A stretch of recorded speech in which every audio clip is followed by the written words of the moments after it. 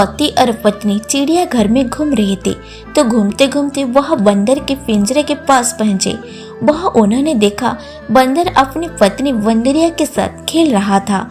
ये देखकर पत्नी अपने पति से बोले, देखो जरा अपनी पत्नी के साथ कैसे खेल रहा है, इनका आपस में प्यार बहुत है। पति ने सुना और खामोश आगे की तरफ चल पड़े। आगे चलकर वो शेर के पिंजरे के पास पहुंचे तो वहाँ उन्होंने देखा शेर और शेरनी दोनों दूर दूर बैठे थे। अकेले ही कोने में खामोश बैठा था, जैसे शेरनी का उसे कोई वास्ता ही नहीं। ये देखकर पत्नी अपने पति से बोली, से जानवर शेर को देखो कैसे अलग बैठा है, जैसे शेरनी को जानता ही नहीं। मुझे इनका आपस में बिल्कुल भी प्यार नहीं लगता। तो पति ने जमीन से एक पत्थर उठाकर अपनी पत्नी को दिया और कहा, जरा इसे शेरनी की तरफ फेंको।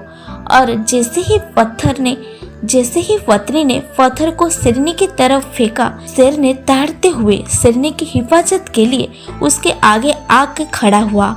और पति ने पत्नी को एक और पत्थर दिया और कहा, इसे बंदरिया की तरफ फेंको।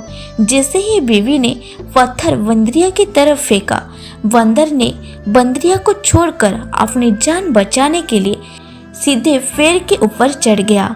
तो पति ने अपनी पत्नी को समझाया, बंदर की तरह धोखाबाज लोग अपने रिश्ते के खोखलापन को छुपाने के लिए अक्सर प्यार का दिखावा करते हैं, और वही इसके दूसरी तरफ शेर की तरफ लोग भी हैं जो दिखावे से दूर चुपचाप कर खामोशी के साथ अपनी जिंदगी को आराम से जीते हैं। बस यही कारण है आजकल के जमाने में हमारे आसपास बंदर ज्यादा और शेर बहुत कम है। कहानी आप लोगों को कैसी लगी, आपका राय कमेंट सेक्शन में बताना। Thank you.